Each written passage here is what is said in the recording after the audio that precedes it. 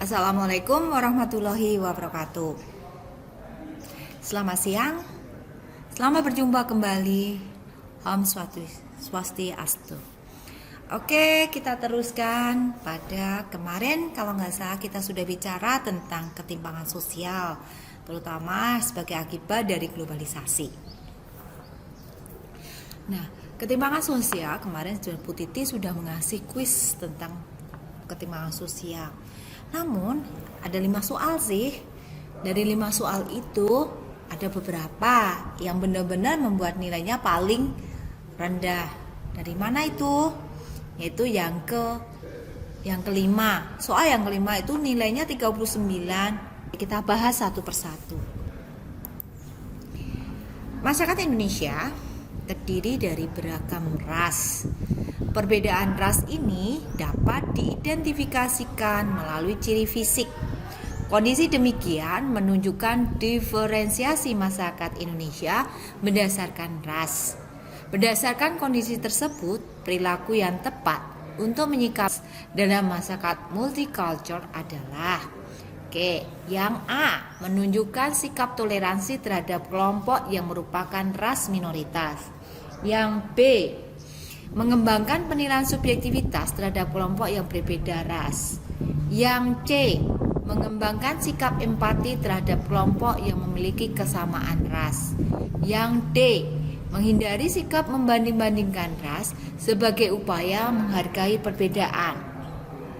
Yang E, meningkatkan rasa etnosentrisme ketika berinteraksi dengan ras yang berbeda. Oke, di sini kita bahas bahwa yang namanya kalau perbedaan ras. Kalau kita bicara tentang perbedaan ras, itu berarti kita tentang diferensiasi. Kalau kita bicara tentang diferensiasi, berarti adalah satu orang satu ras dengan ras yang sama, yang lainnya itu sama atau tidak ada yang di atas dan tidak ada yang di bawah. Berarti semua sama. Nah, karena semua sama, maka di sini merupakan karena persamaan perbedaan itu indah, biar perbedaan itu tetap kita dianggap sama, maka perlu adanya dua hal, yaitu toleransi dan amalgamasi. Apa itu toleransi? Toleransi adalah segala sesuatu yang mengharapkan kita menurunkan semua keinginan-keinginan kita, dan kita menurunkan semua tuntutan-tuntutan kepada orang lain. Nah, sementara yang kedua adalah amalgamasi. Amalgamasi itu adalah segala sesuatu yang terjadi karena perkawinan campuran. Nah, di perkawinan campuran inilah yang membuat sesuatu itu menjadi sama. Itu namanya diferensiasi. Nah, sementara itu yang A. Sementara yang B, kalau kita bicara tentang ras. Nah, kemudian kita lanjutkan lagi bahwa kalau kita bicara tentang perbedaan ras, itu adalah segala sesuatu yang ada beberapa hal yang harus bisa kita hindari jika perbedaan ras ini akan menuju ke sebuah persatuan atau integrasi. Nah, apa itu perbedaan yang harus kita hindari adalah etnosentrisme, primordialisme, dan stereotip. Kalau kita bicara primordialisme, kita adalah mengagung-agungkan primor kebudayaan kita. Kemudian kalau kita bicara tentang etnosentrisme, berarti kita mengetnosentris. Jadi bahwa kebudayaan etno kita lah yang paling tinggi. Kemudian kalau kita bicara tentang stereotip itu adalah kita subjektivitas, bahwa kita menganggap bahwa kelompok kita lah yang paling bagus. Nah, dari 3 hal ini akan memunculkan sebuah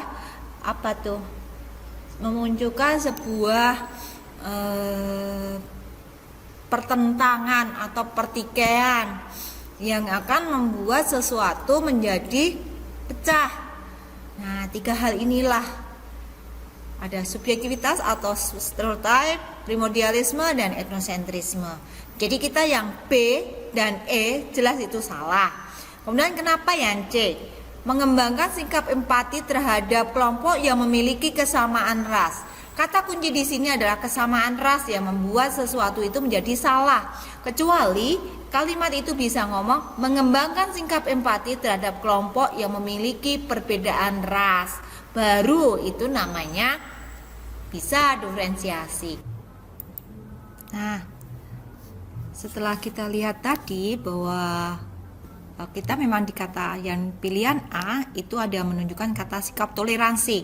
Namun ingat, di situ kata A di situ bukan untuk toleransi semua kelompok, tapi menunjuk hanya pada ras minoritas saja.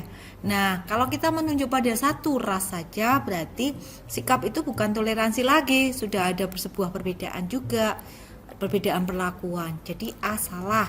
Pada posisi yang di sini, jawaban yang benar adalah D, karena kita menghindari sikap membanding-bandingkan ras sebagai upaya untuk menghargai sebuah perbedaan. Karena perbedaan itu indah. Oke, kita kembali ke soal selanjutnya. Soal selanjutnya adalah soal yang kedua, di mana banyak dari kalian ada sekitar 66% yang benar. Salah satu penyebab konflik pada masyarakat majemuk adalah sikap etnosentrisme yang yaitu timbul karena kalau di sini kita bicara tentang etnosentrisme, jadi ada 3 hal temannya etnosentrisme itu. Ada etnosentrisme, ada primordialisme, dan ada stereotip. Di mana ketiga hal ini bisa memunculkan yang namanya partikularisme. Dari partikularisme inilah yang akan memunculkan sebuah stratifikasi sosial. Dari stratifikasi sosial itu akan memunculkan sebuah permasalahan sosial. Nah, permasalahan sosial yang akan muncul di sini adalah sebuah ketimpangan sosial. Lalu, apa toh etnosentrisme itu? Etnosentrisme itu adalah sebuah paham yang mengukur suatu budaya lain dengan budaya kita. Dengan demikian, kebudayaan kita lebih tinggi dari kebudayaan lain. Jadi, semua perilaku, semua kondisi dilihat dari kebudayaan kita. Jadi, kacamata yang kita ngukurnya adalah pakai kacamata kita. Jadi, kalau kita melihat sesuatu, ya pakai kacamata kita. Penilaiannya adalah penilaian kita, bukan penilaian secara universal. Itu etnosentrisme. Jadi jawabannya di sini adalah kalau yang A, adanya perasaan curiga terhadap budaya lain. B, menganggap budaya kita ada kebudayaan paling tinggi. C, masyarakat memiliki latar belakang kebudayaan yang berbeda. D, menempatkan kebudayaan kelompok lebih unggul daripada kelompok lain. Dan E, menempatkan kelompok kebudayaan lain lebih tinggi dari kebudayaan sendiri. Dari A, B, C, D, dan E, yang disebut etnosentrisme pada masyarakat majemuk adalah menganggap kebudayaan kita adalah yang kebudayaan paling tinggi. Karena kembali lagi bahwa semua kebudayaan kita lihat, kita pandang dengan cara kita. Kita kembali ke soal yang berikutnya, yang pada soal 75% peserta didik bisa memilih jawaban benar. Masyarakat yang tinggal di kota besar berasal dari berbagai suku bangsa, agama, ras yang berbeda, sehingga mereka sering menggunakan sentimen primordial untuk menghadapi kebudayaan lain.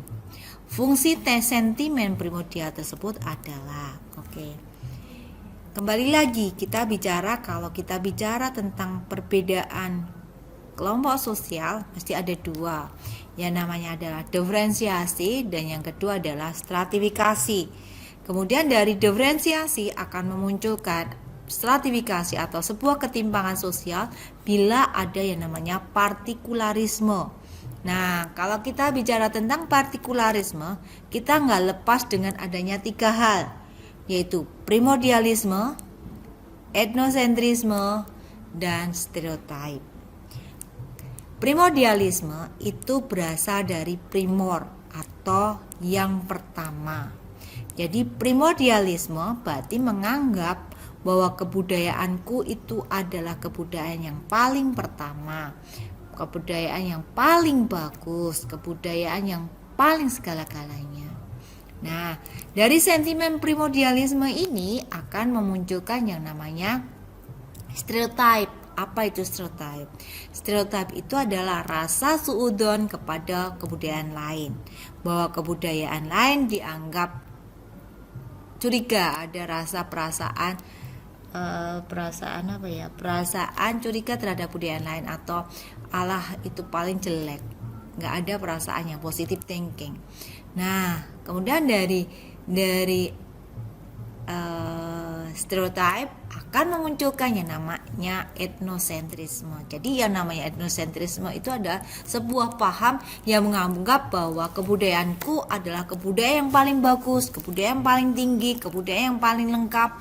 Karena apa? Karena dipengaruhi oleh namanya stereotype, dan dari stereotype dipengaruhi juga oleh primordialisme.